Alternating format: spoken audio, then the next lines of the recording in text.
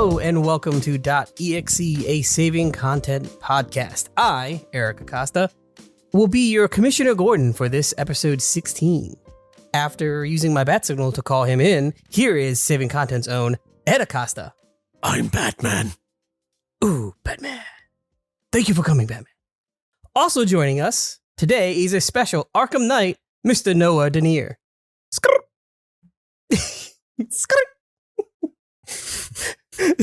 That's the Joker's new catchphrase. Oh, sorry. That would be the weirdest catchphrase ever. He just comes in and goes, I don't know if it's the sound of my car pulling in or my sneakers on the tile floor. Ooh, sneakers on the tile floor. I vote for that one. Cooler.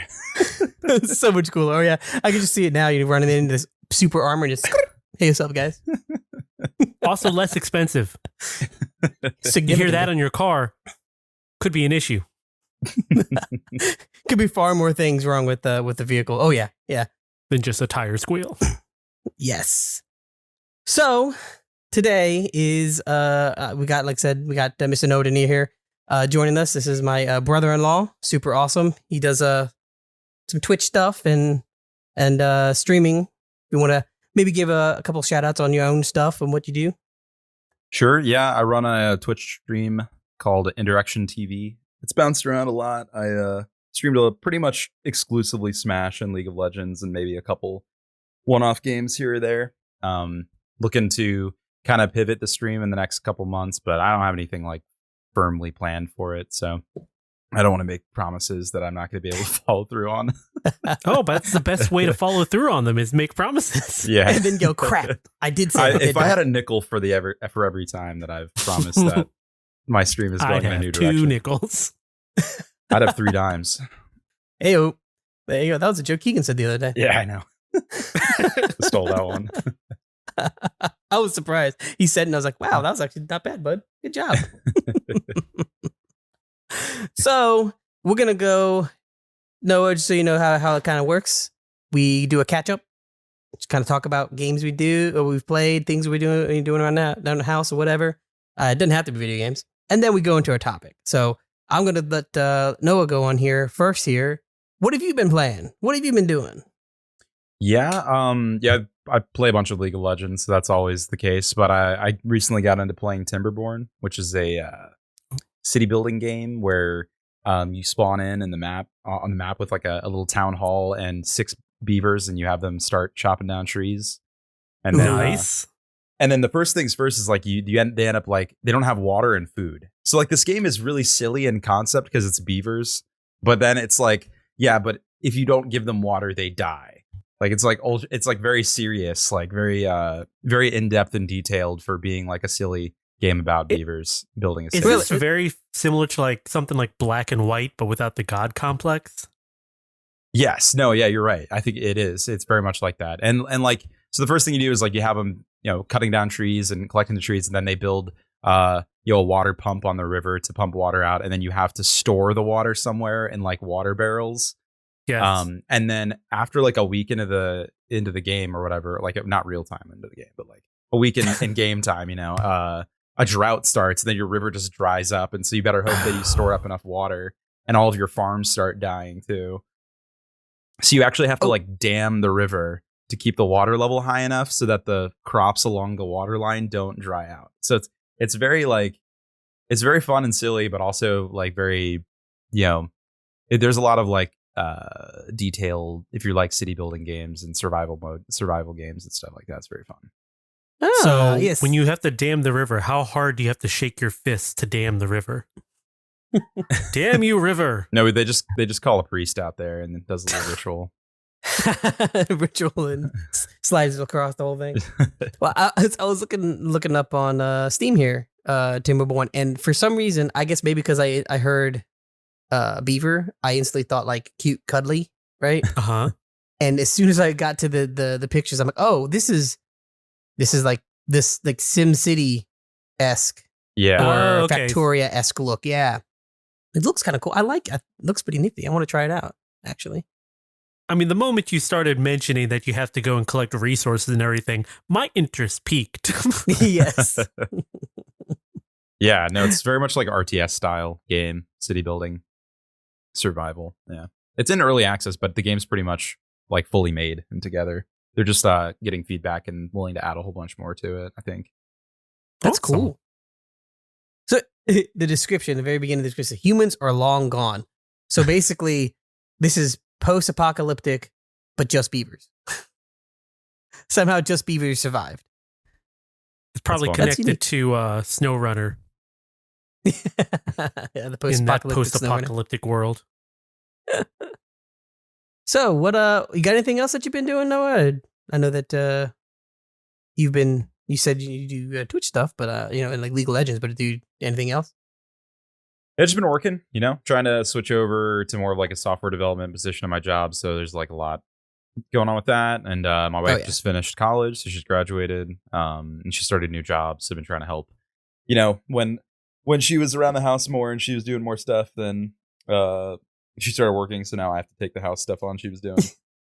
That sort of thing. Oh yeah, I know that goes. I've been doing working from home, so Yep. And by working from home, your wife's like, but you're just like around and can do laundry and dishes and cook and everything. Like, oh yeah, but I'm working.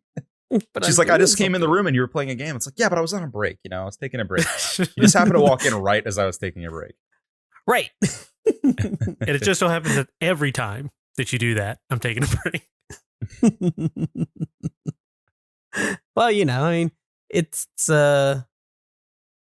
coincidental every time. Yeah. Always Yeah. and every time. There's I find that when I walk in on myself taking a break, it's because I'm lazy. Ed, why aren't you doing the laundry? Huh? What? Laundry? Oh man, I got plenty of clothes. Yeah, exactly. I got a whole closet full. I mean, the only way you can. I've heard the only way you can hold yourself accountable is by cloning yourself and teaching that one to be more industrious. To be better than you. Yeah. I'd fear that one would take over. Right. It's like, Right? I'm the better you. It's like, well, that was the goal. You'd be the better of me, but you aren't me. Hey, for all you know, there's a super genius version of yourself that is continuously cloning you and erasing your memories and replacing them and trying to form a perfect Ed. Oh, hard space shipbreaker. That's exactly what that is. I would like to tell that gentleman or lady, you're doing a very bad job. You need to make bigger incremental changes to my intelligence because currently it's not working very well. We're going back. We're regressing. You need to re-roll my stats, please. Yeah. I need a mulligan. So, Ed, Yeah. what have you been up to? Well, not much. It's been busy down this way with work and everything. So I haven't gotten to play around with much when I get home. Been doing some American Truck Simulator, doing that one co-op with Eric here. And sounds, I remember playing it back in 2016, I think is when I last played it and was enjoying it. And it's still just good old, put a podcast, put a Discord chat, put some Spotify on, whatever, and just cruise. Yeah. It's funny. I started playing that and Des came home and she's like, what's this? What are you doing? She's like, why are you working but not working? I'm like, and she's just kind of not a away. job unless I get paid. Yeah, so she came home and she's like, what? Okay. Or she didn't even come. I think she woke up in the morning after the kids went to school and just like, look, I could see in her face, she wanted to be like, what's wrong with you? But Noah, do you know, have you played American Truck Simulator or do you know what it is? I've heard of it. I have not played it though. Well, It's I mean, just a nice, good time of driving a truck and making deliveries. It's kind of what I wanted Death Stranding to be. Interesting. yeah. There's an idea that I had for a game I wanted to make a while ago where like basically kind of an MMO and there's like different roles people could play and you could just be the truck driver kind of thing, Like that's where your place in the world is driving around. You get hired to make deliveries and stuff. Kind of like an RP server in GTA 5. Yeah, kind of like that. I was thinking, there's people that they're kind of like, more of the enforcer types or maybe a spy type that's actually stealing the goods too. So, as well as transporting them to like deals or transporting them between warehouses so that you avoid getting them stolen, that kind of thing. And having a healthy amount of like out of game, group and I guess guilds or whatever you would call them. Or maybe organizations or corporations that'd be more like closer to what that'd actually be. Where like, you have like resources that you use to build buildings and stuff. And then other people can either harvest them themselves, which requires like a ton of like investment of time to be able to harvest it, or you could just steal it from other players and build your own buildings from that. And so now let me ask you, if you were to design this game and you had this nice open world, MMO, would you would you make it so that I have to play with random people, or could I play in a private lobby with my friends? No, that's actually a really good point. I don't know why you would ask a question such as this. It's completely out of the blue. No, but I think that you'd be forced to play with other players. Yeah, you'd be forced to play with randoms. We'll get into more of that a little later, as that will be our topic.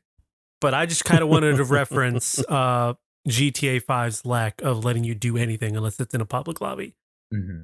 Screw them. Yeah. We have been very adamant on this podcast about that. Yeah. You know what else we've been adamant about? How bad the Halo show is. Yeah. I watched 15 minutes of the first episode. I'm sorry. You're right. Well, so no, honestly, the first 15 minutes of the whole season is probably the best 15 minutes of the whole thing. Yeah. I was just getting ready to say that. You probably watched the best possible version of that show. Yeah. Well, the reason I bring it up is because I finished watching the first 2 seasons of The Mandalorian, and after finishing, the last episode, the only thing I could think of is this is how they should have written Halo. It should have been this, I get that like vibe. Space Western thing. And it, they were able to convey emotion without the Mandalorian removing his helmet. Mm-hmm. Wait, they couldn't Master do Chief that. Remove his helmet? He removed his helmet in the first hour. What? Yeah. Yeah. Oh man, they couldn't even. You can't do that to Chief. He's like us dudes version of Bella from Twilight, who has like no features, and you're supposed to just put yourself into her shoes. If you show his face, then if you show his face, then there's not the illusion that it might be me. Right? Well, exactly, and that's what a lot of people complain about, because he's supposed to be that everyman, regardless of what they show in like brief moments in the games where it's like a white guy underneath or something. There's still that that plausibility that it could be me. Exactly. That's me right. Any one of us could be genetically engineered to be a super soldier. Right. And 10 feet plus tall and jump many buildings. If you're genetically engineered, you can do whatever you want, I guess. Right. Yeah. The limits of science know no bounds. At least I'm not a scientist, so I don't know. The limits of their science knows no bounds, except for the time when, the other ones that failed and their bones are twisted and gnarled and they're just, in little clumps on the floor as children. But, Yeah, always hearing about that stuff, that they had written in the books and everything. It's like, God, that's bad. Yeah. Right? Like, in the games, Halsey you kind of get she's not a great person, but it's not like I never really saw her as like evil or like not caring until I read the books and was like, oh, wow. Okay, this is a villain that they just haven't made a villain.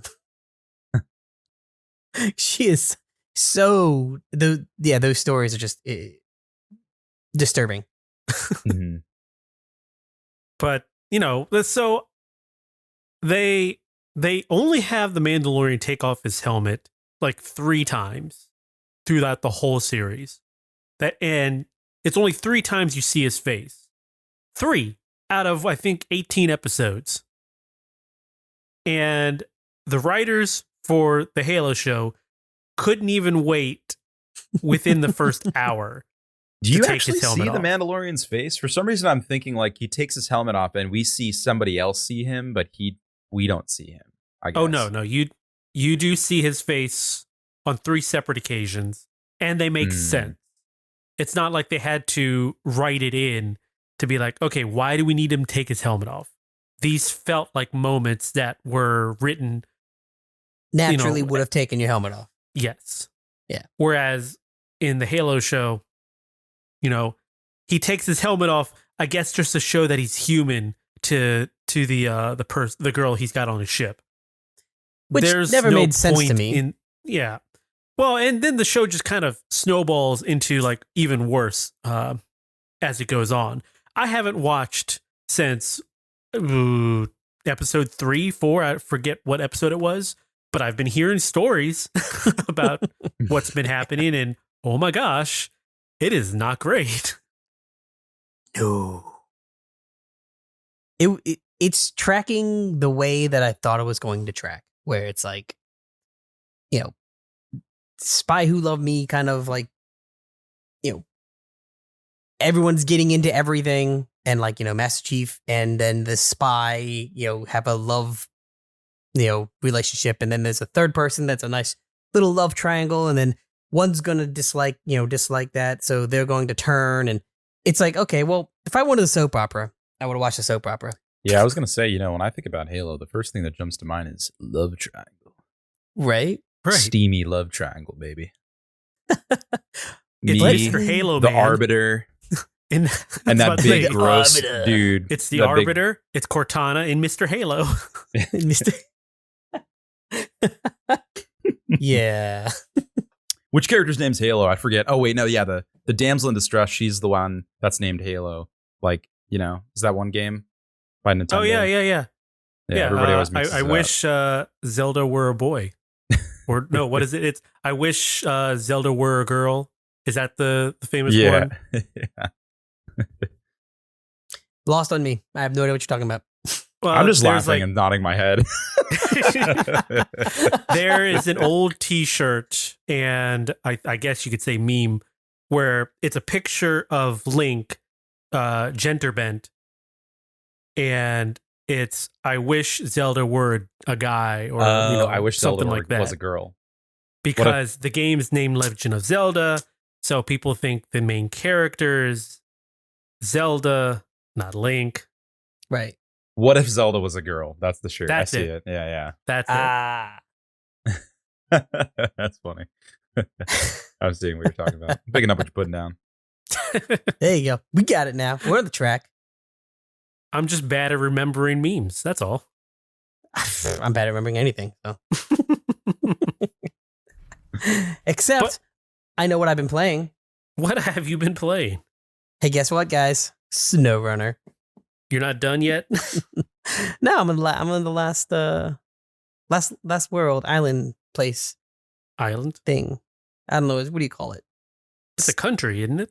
I guess it's a country. Yeah, because it's Tamir, somewhere in Russia. Russia. Mother Russia. I mean, it's more of the same stuff. It is like a lot of the stuff there. Like the roads are thinner paths or thinner roads, so like my big truck gets stuck a lot. Understandable. Yeah, but I am getting down to the nitty gritty where it's like I think I'll be waning off of that and getting more into like American Truck Simulator, or which, like you said, we played some together. But Yeah. I've also been trying to get some GameFly games done. So I started Horizon Forbidden West, Ooh. and man, I forgot how much I actually like that game. I enjoy Horizon, the first one, but it was just something about the weak spot mechanic that it just kept throwing me off, and I would get more frustrated with battles than I would have actual fun with them. But, exploring the open world of, post-apocalyptic Colorado was really cool. Yeah, that's actually what I find the most fun is the exploring is like that the little nods to like where you are and stuff like that. And like, they talk about artifacts or ancient ruins and it's like, oh, that's house from 2040. Like it doesn't, to us it looks almost, or to me it looked almost futuristic, but to that point in time, that's an ancient ruin, and they find like coffee cups and mugs, and it's like us looking at the Colosseum in Rome. It just looks like, wow, it's old. How did they even know how to build that back then? Those are all these guys were idiots, right? But it's a weird feeling because the old tech or the old relics are actually more advanced tech because of the way that the whole Horizon thing happened and like completely wiped out humanity and their knowledge. So they had to start from scratch per se. So like we had gotten to a point where we were spacefaring and had like, virtual, I forget what they called it, some sort of like virtual like video game AIs, and they had like virtual video games where they're like hologram video games, like these techs that we don't currently have. And then they got wiped out. So now like Aloy is strapping metal parts to her body for armor from these robots. And she looks tacky, but isn't. Have you spoiled yourself yet on the ending to this game for West? I know. Because I know a lot of people were talking about it. Did you end up spoiling yourself or anything? Not specifically the ending, but I do. Like I know what the twists are. Okay. Or I was some about of the to say, twists, if you don't know what the twist is, because I know it's going to be forever until I actually get to play this. So I went and looked up the ending and everything. It's bonkers. Yeah, it's not what you think. It goes like way off the reservation. Right. So that's what I was asking. Is like, if you haven't spoiled yourself yet, I think you're really going to enjoy the twist when it comes up. Yeah, I didn't spoil the ending, but like I think the main twist that you're talking about, I do know of. I think I know what the twist is. And isn't it that humanity discovered that they could eat their own shit and survive off of it? Exactly. Close, yeah. How'd you know? Okay, wait, okay. Wow. Infinite. Yeah. Spoiler. Yeah, the only difference was what they did this on the moon. Oh. And it was all a it's dream. The low grav. The low grav helps it. Right. Helps the digestion. But it keeps it up in your the higher parts of your stomach for a little bit. Otherwise it goes straight through you. Exactly. Yeah, they figured it out. And there's a wizard on the moon. Right. And then Aloy wakes up and the one guy that she talks to a lot in the game comes out of the bathroom and goes, "What's wrong?" You don't get it because it's a Dallas thing, y'all. Dallas, the TV show, the TV. Oh yeah, it was all a dream. Oh, that's where what's his name? That's where that thing Patrick started, Duffy? right? The guy who played the dad on Step by Step. Oh yeah. He was the main character in that show, or one of them, and it turned out like the very last episode is him waking up in his bed, and one of the characters who had died in the show just coming out of the bathroom and say, "Hey, are you okay?" Because it turned out Dallas was all a dream. Man, I was just getting around to that show. Yeah, I'm watching through all shows chronologically. So, you just finished MASH. Yeah. So then after Dallas, so what? Twin Peaks? Yeah. I've actually been meaning to watch that show because I heard people really like it. I heard a lot of people really enjoy Twin Peaks. Yeah. Yeah.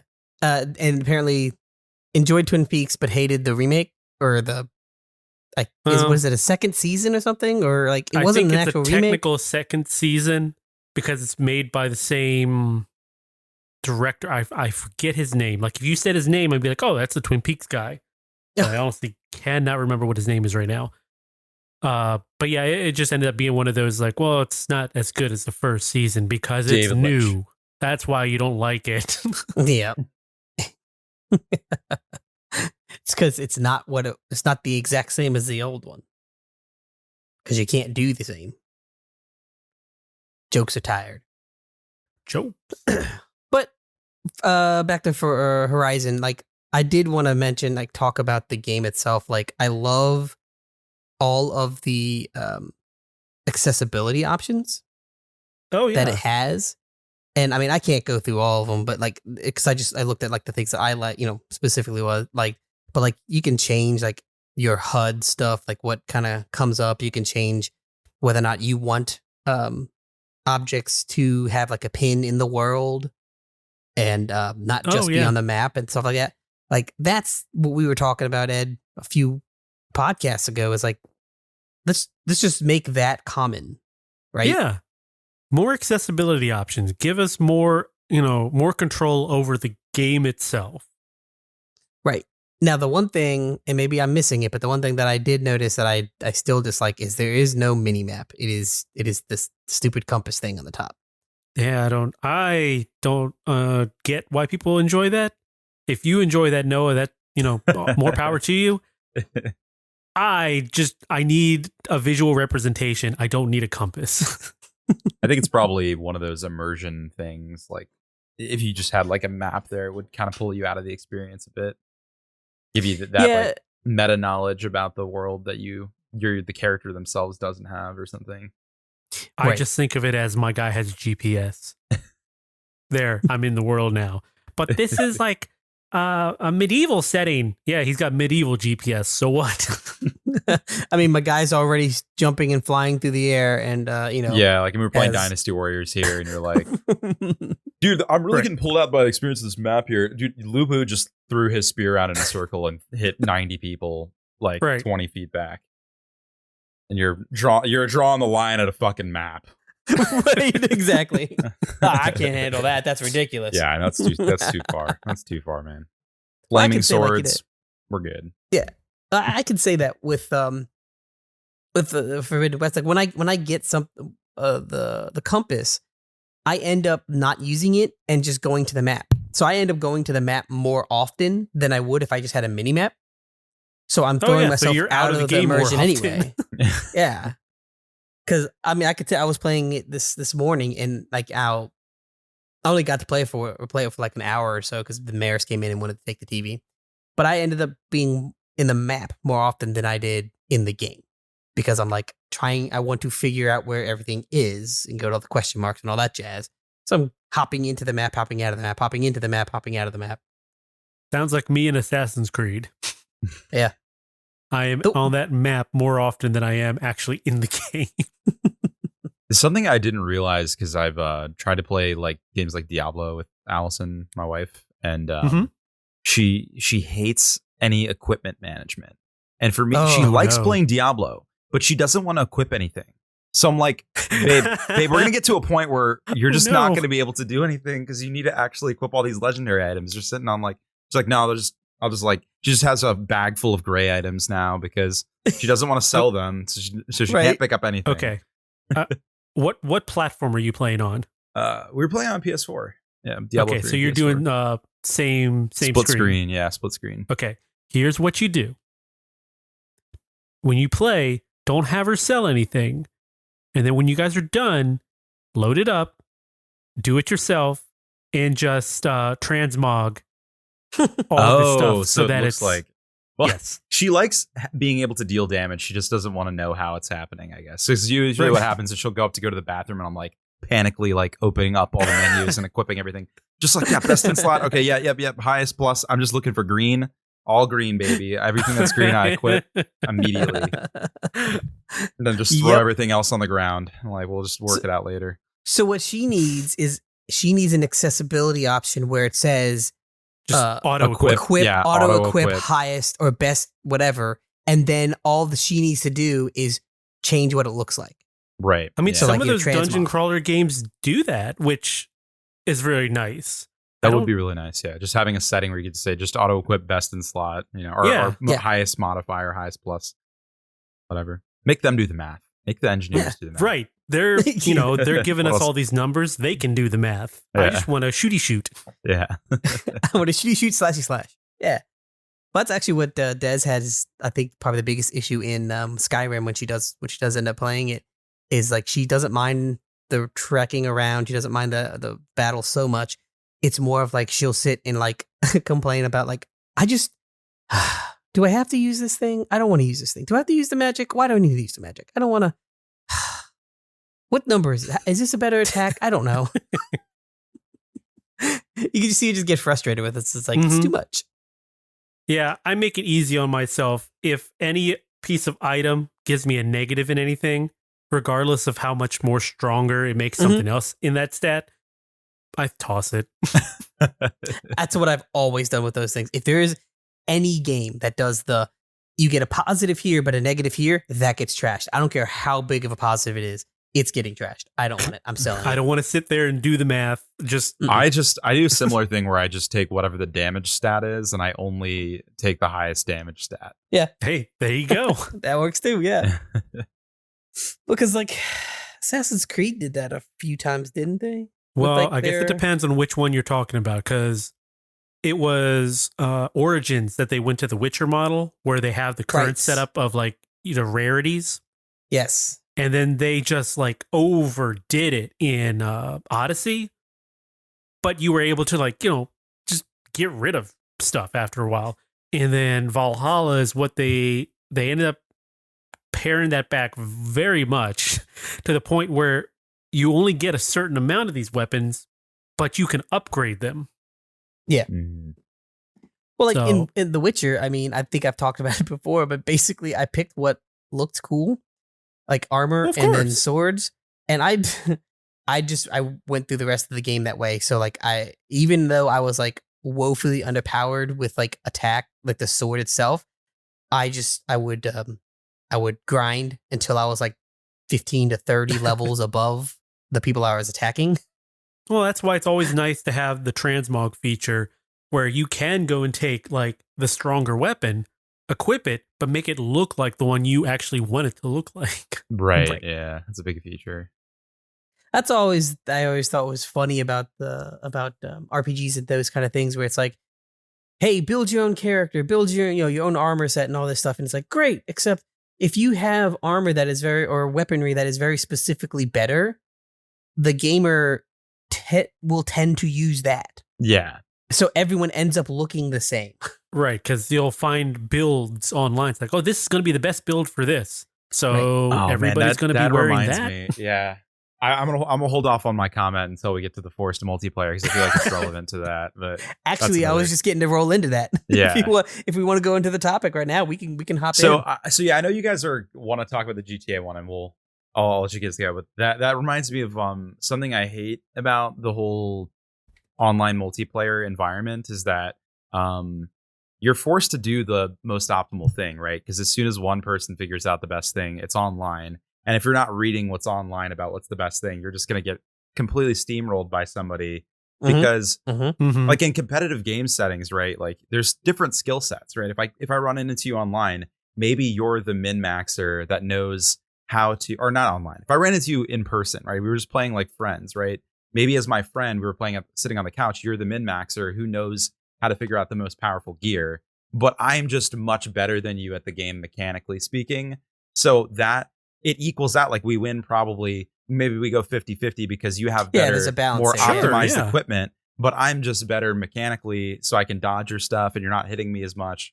But the thing is like in today's environment online, well, you better go and find whoever figured out the answers so that you can play online. And then you also have to be really good mechanically. You can't just compensate by knowing a lot about the game, having game knowledge.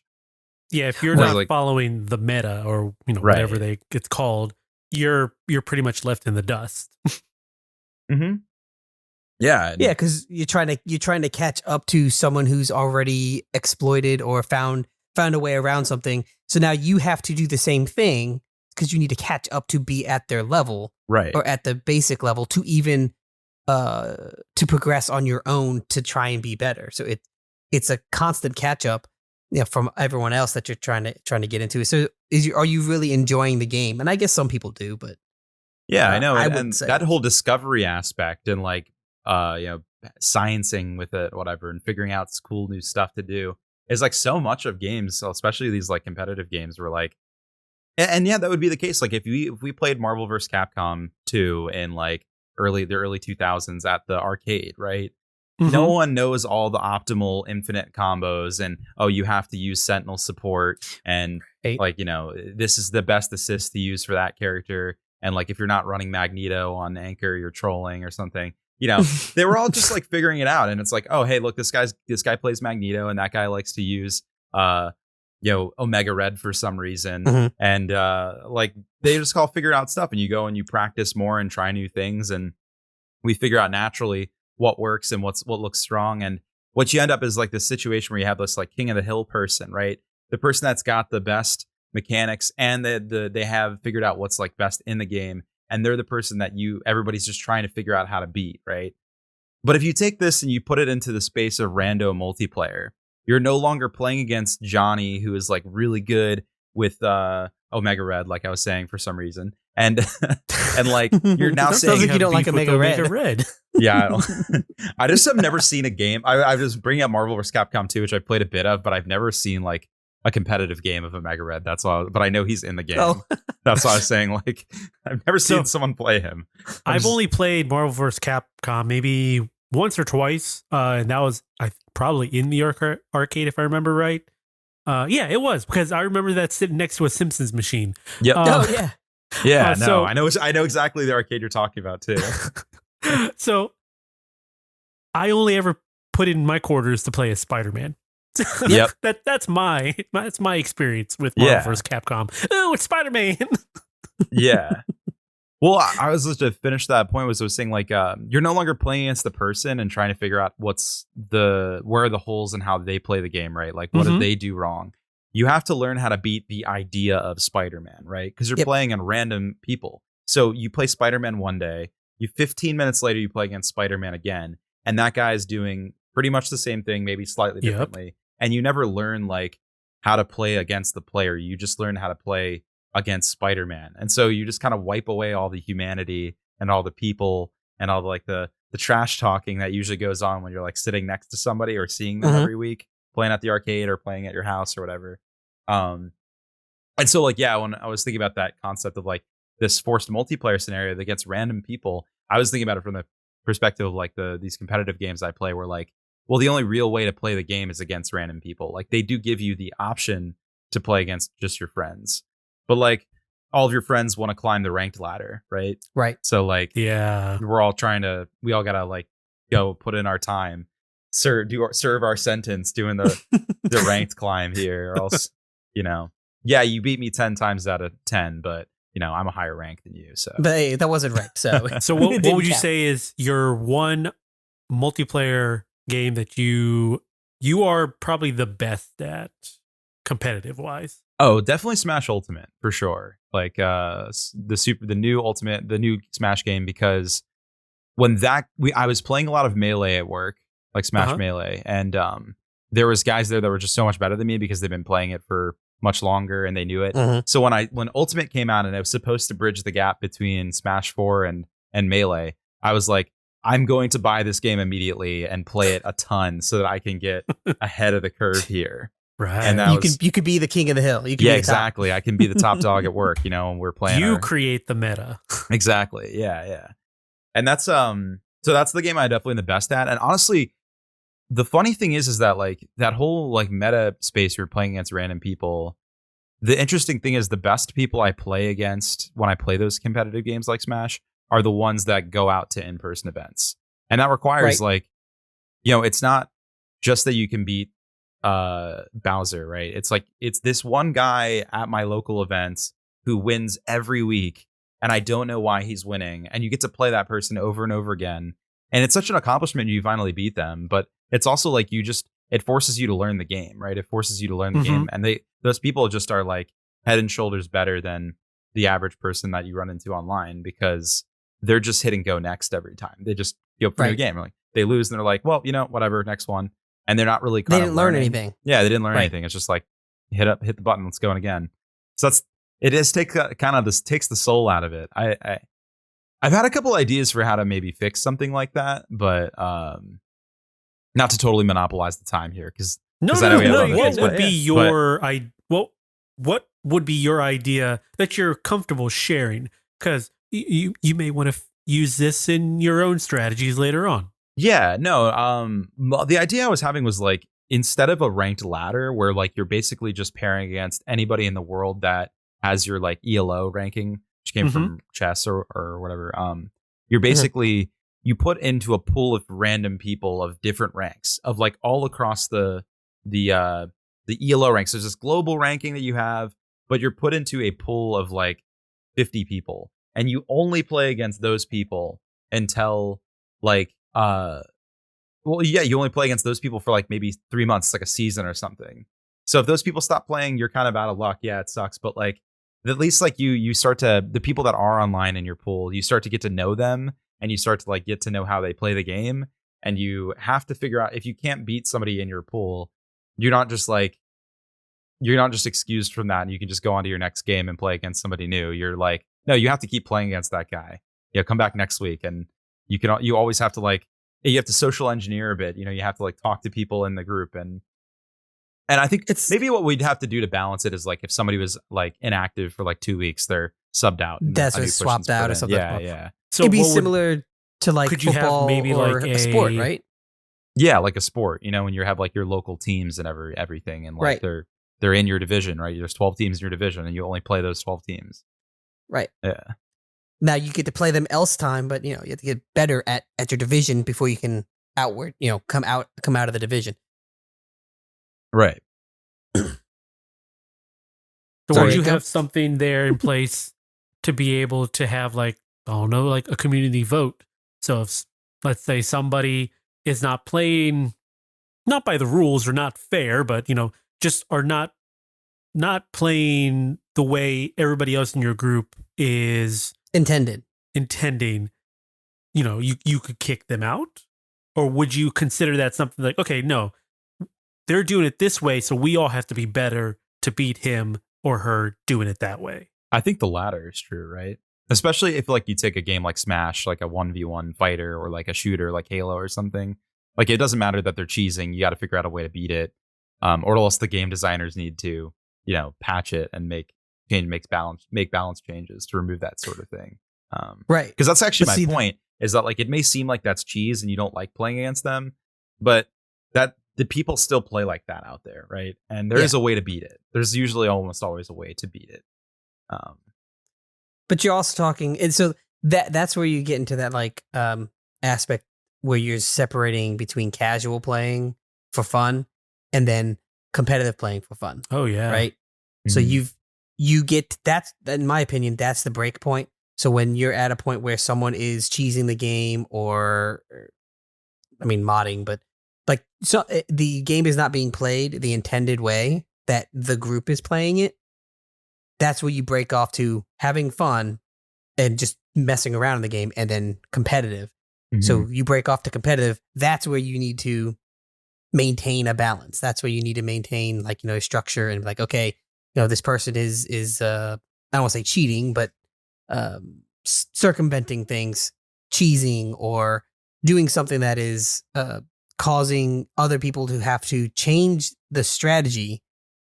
Yes, because now you have to you need to figure out a way to combat that. What's funny though about that is that like, let's just take a random 15-year-old and you place them in this environment, right? Okay. It's almost like they have to learn social skills so that people will actually play with them. Right? Like, let's just say they don't do, like, maybe they play the game normally, but occasionally they just like stop playing or like scream about it or whatever. Like, maybe people just like, okay, every time I get matched with him, I just quit. And yeah, that sucks. But you gotta have to, it's be like a tough like learning environment. Because I remember in World of Warcraft, there's a similar thing where like, you were matched with everybody, you put in a world full of randoms, but you got to pick your guild. And those are the people you interacted with for the wide majority of part. And those people you actually had to like play nice with and get along with, right? Because they were how you were able to do the high level content.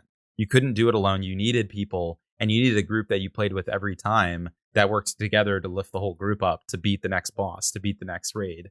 And so you had to do some social engineering and working along with people, and you couldn't just hit the Q button and have it just pair you up with people, and then there you go, and that's how you can play.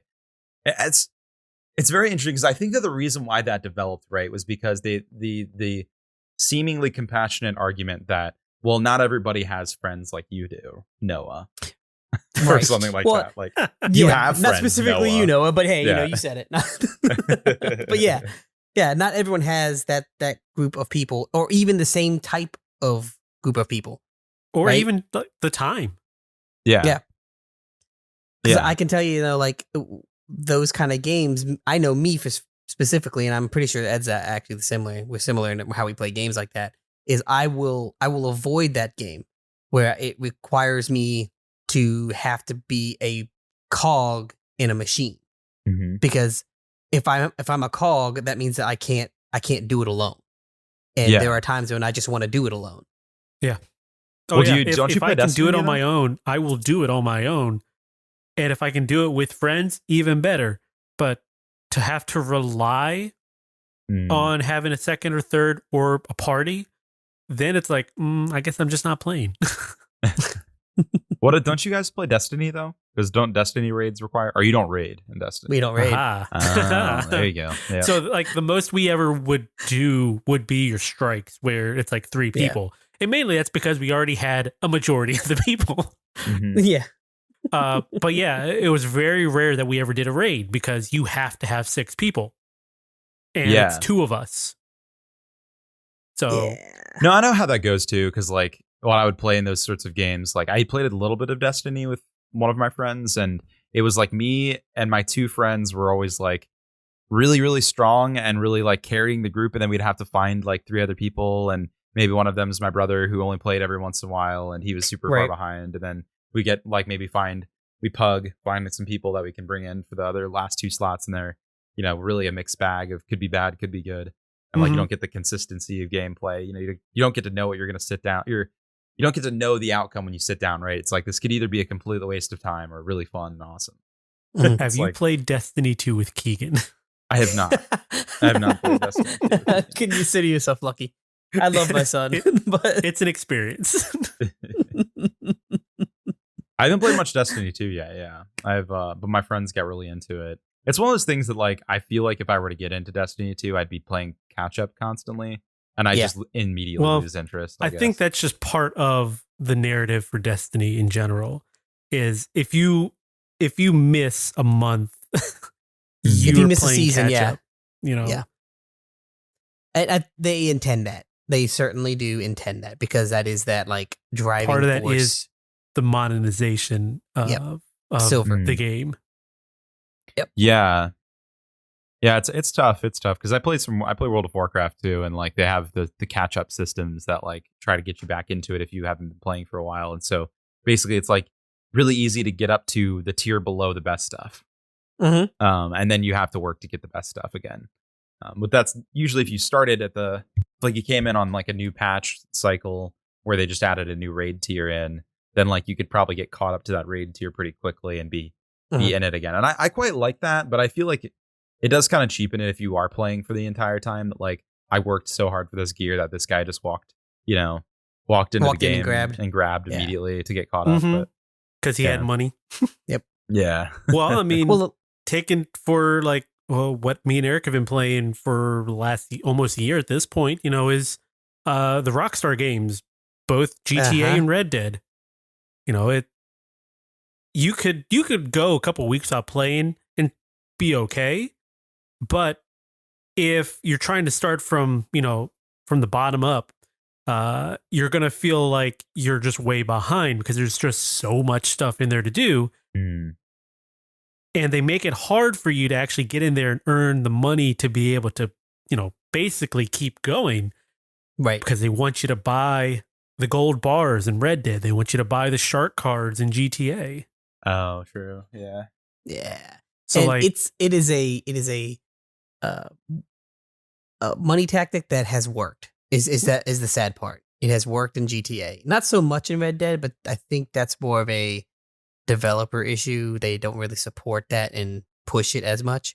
Yeah. But GTA, it certainly worked. The shark card stuff, like, creating this FOMO of everything, and then also limiting the supply to create that demand. They've nailed it where it's at a point where people are okay with buying it because it's just on that hairy edge of, too much.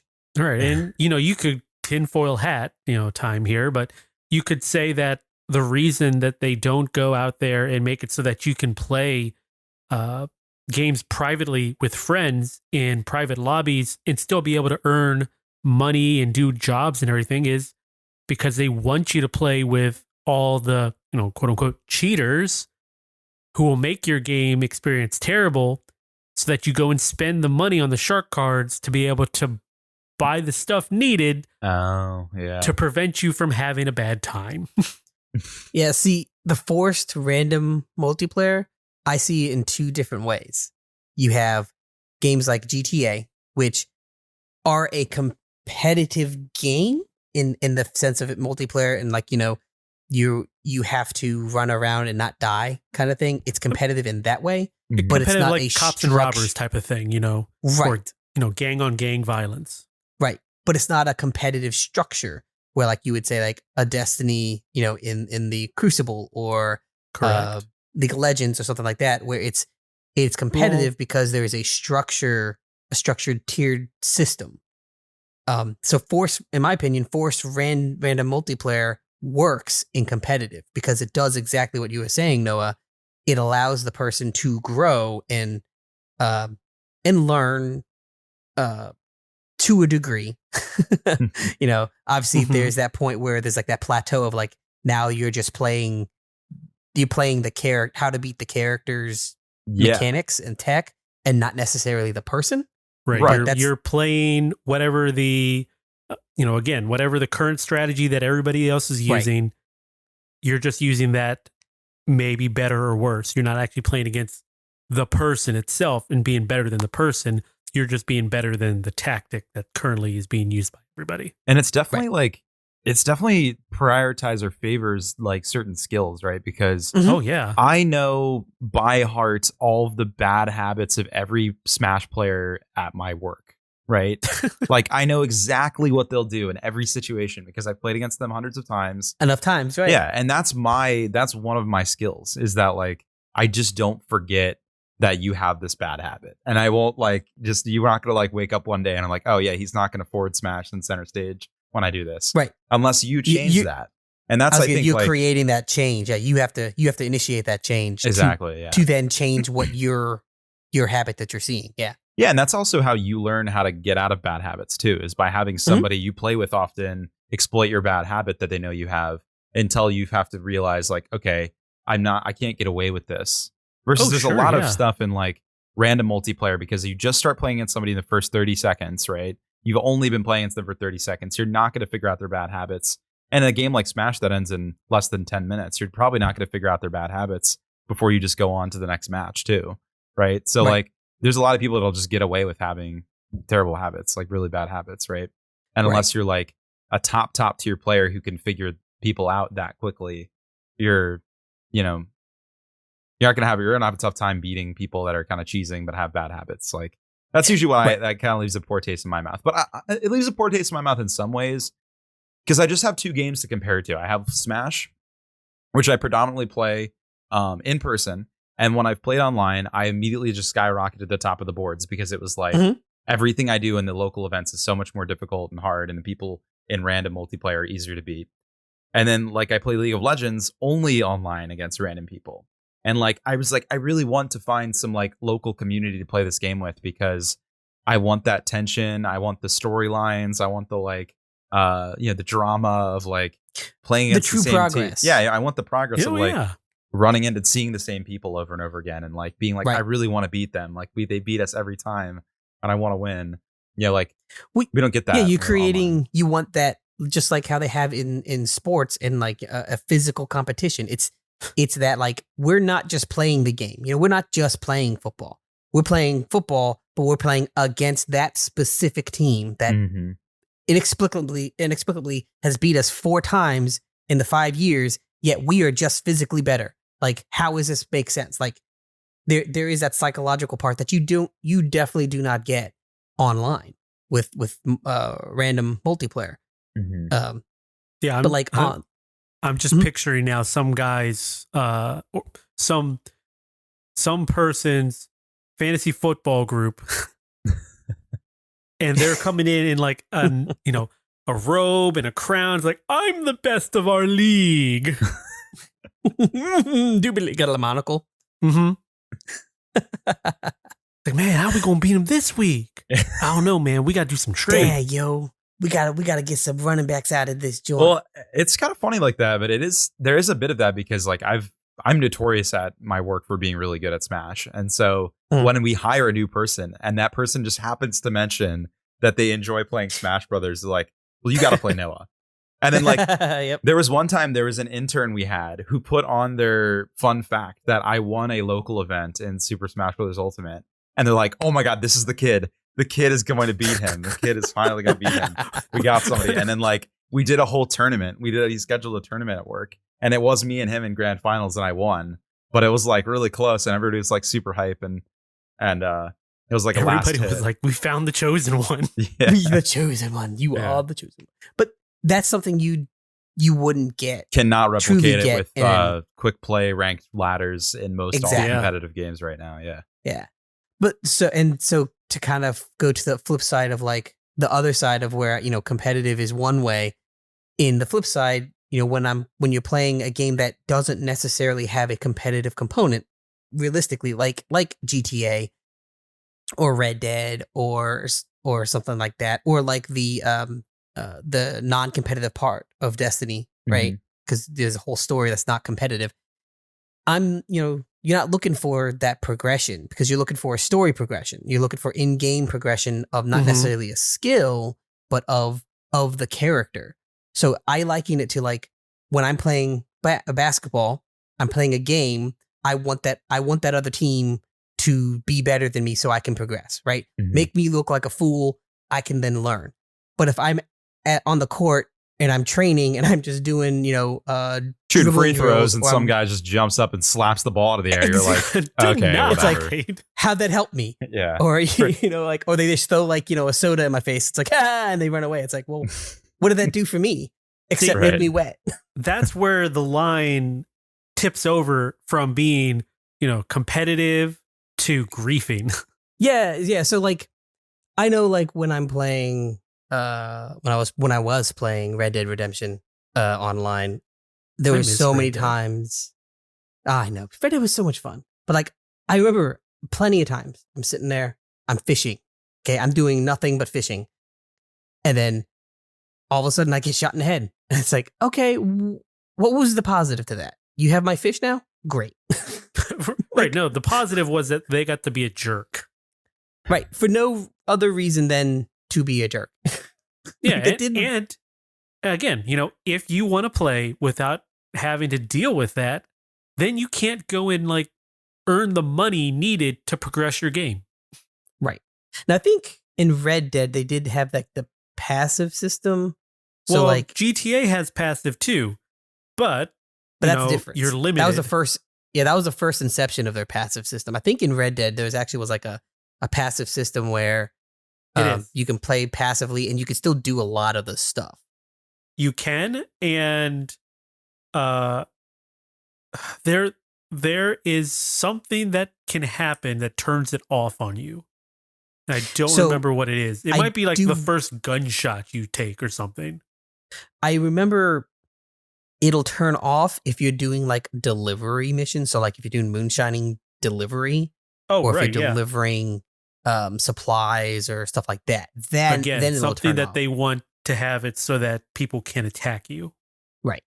But like I know that like I found out that you could do the passive when you're fishing, which I do because let's be real. So when I play when I play Red Dead, I'm doing the trader stuff and hunting and fishing. That is literally all I'm doing. Right. You're doing a job. I'm doing a job. Yeah, realistically, just because I find that fun. I don't know why. I'm crazy, I guess. I don't know. Well, see, what do you say to those players who, for them, it's not fun for them if you think they're going to pull the football away as you're about to kick it. They have to know that you think you're going to hold the football for them, and you're going to let them kick the football, and that's when they pull it away, and you fall down on the ground, disappointed. That's why I say go to the other field where people are doing that all the time. Yeah, exactly. But you don't want to because they're doing that all the time. Yeah, but the people that would be the people that'd be super disappointed for you to pull away the football are the ones that don't want you to do that to them. And that's what makes it fun. Why? With that one, I mean, the definition of griefing, right? Yeah, I know. It is, right. It is definitely. The definition of griefing is like my fun over everybody else's. Mm-hmm. But it's only fun for me if you're not having fun. And the moment I'm not having fun, everybody can't have fun. I mean, you could apply the similar sort of thing I was saying earlier, where it's like a pool-based situation where like, these are the people that you have to play with, and they can just exclude you from all the fun if you're not fun to be around. Like, I think that's a really powerful thing because it's just some natural like pressure to conform to somewhat of what like so. It's a pressure to conform to somewhat of was like not complete griefing, right? You just need a little bit of pressure to like play the game within the bounds that everybody can have fun, or else no one's going to want to play with you, which is like an important lesson that we learn as kids and then forget as soon as we get access to the internet. Yep. Because anonymity. Yeah. I can be a jerk because no one knows who I am. Right. I mean, there's certain things we talk about in League of Legends where it's like we really want, me and my friends really want to force accounts to be linked to phone numbers and those kind of things because like people remake accounts all the time. Yeah, they just make new accounts every day. And so like they don't care if their account gets banned, but like, having bans and perma bans for griefing and having your account be linked to your phone number so there's somewhat of sense of permanence to your ban, like would be great. So there was a thing with, wasn't it? I think it was Call of Duty, right, Ed? Where it was, wasn't Activision was like, if you are found to be cheating, they'll ban you, like a soft ban or whatever. And then if you're found to be cheating again or create a new account on a permanent ban, then they would ban you within all of the titles, not just the game, that Call of Duty game, anything that was made by Activision or something like that. Yeah, Activision's done some, they've tried to do a lot to curb like Call of Duty cheating. That is one of the tactics they've done. They've done things in the past where they silo the cheaters off into their own game. Mm-hmm. Or I think the most recent one was... That one seems good. I like that one, yeah.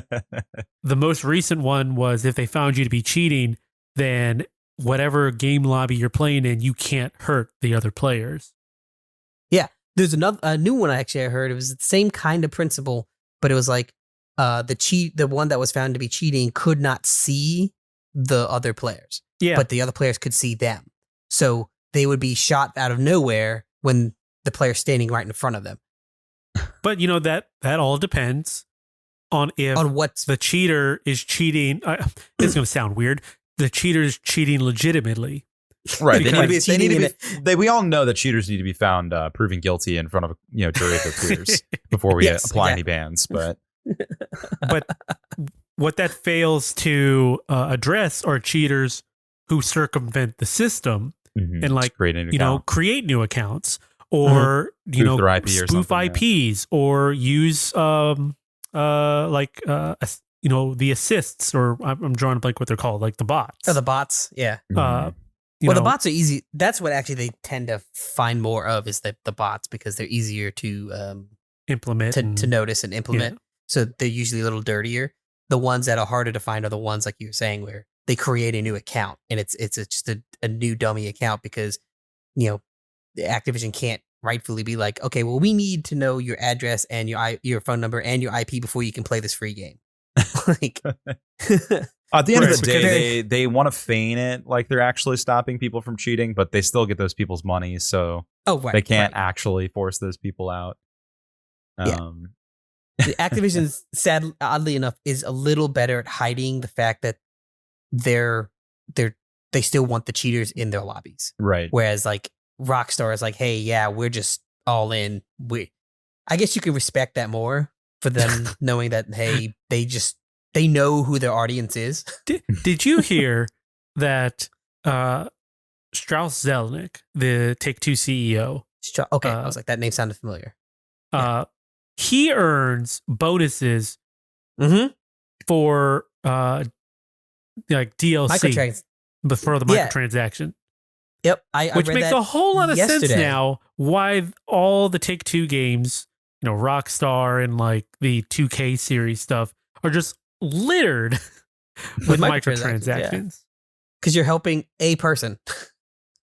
Quite literally, yes. you remember a few podcasts ago when I said, hey, you remember these DLCs and these microtransactions that people are saying, we need to support the developers by purchasing these? Yeah, that's not what the contract states. I guaranteed it, and there's just more proof of that.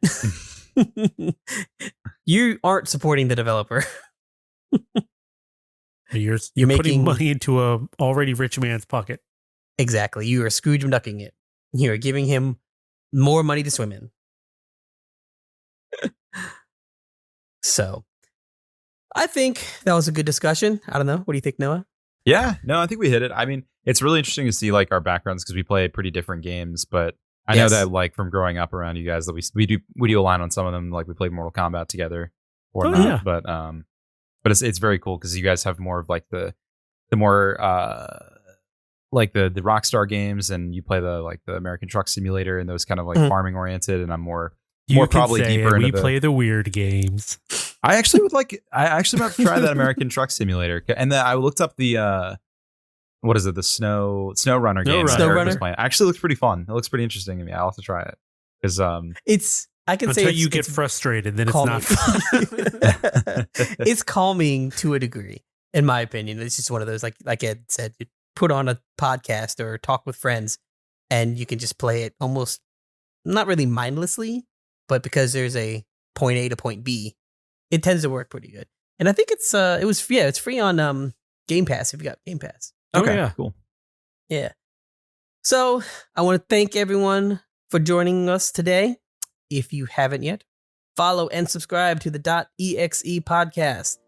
Noah, do you want to go ahead and roll out another one of your shout outs to, hey, where can you see you?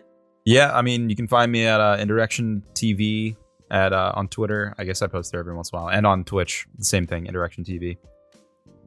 That's cool. Yeah. Did you enjoy today's discussion? Let us know. Send your comments, questions, topics, and corrections to .exe@savingcontent.com, or you can leave a comment to @savingcontent on Twitter and Facebook. Saving Content is also on YouTube, guys. So subscribe for video previews, reviews, new trailers, and original content like this .exe podcast. We are on there too. If you're looking for more gaming discussions, we got Scott and Evan with the Quick Save podcast. They're going to be back. I know they will. They've had a slight hiatus, but hey, everyone's got to rest every so often, right? Get the juices flowing. Remember to visit us at savingcontent.com. We got the latest news and reviews. Ed, what do we got posted? What do we got going up? Well, it's a light week so far, but Scott has got a early access preview of V Rising. It's been getting a lot of views and a lot of attention. So if you guys want to go take a look at it, add to that count. I will have to look at that. I've heard about it, but I don't know. I know that's the studio that made Battle Right. I don't really like that game, so I'm definitely going to play that when it comes out, allegedly tomorrow. I didn't know that, actually. Yeah, I'll have to look that up, because like I said, I heard about it, but I like the name, but I don't know what it's about, so I'll have to look it up. But before we go, we ask one tiny favor. A 5-star review, because we're awesome. You can do that right in your podcast app. Don't forget to tell your friends about us here at dotEXE. It'll help us grow, and truly, we would really appreciate it. But most of all, thank you for listening. And remember, the most wasted of days is one without laughter. Good night. Adios. Peace.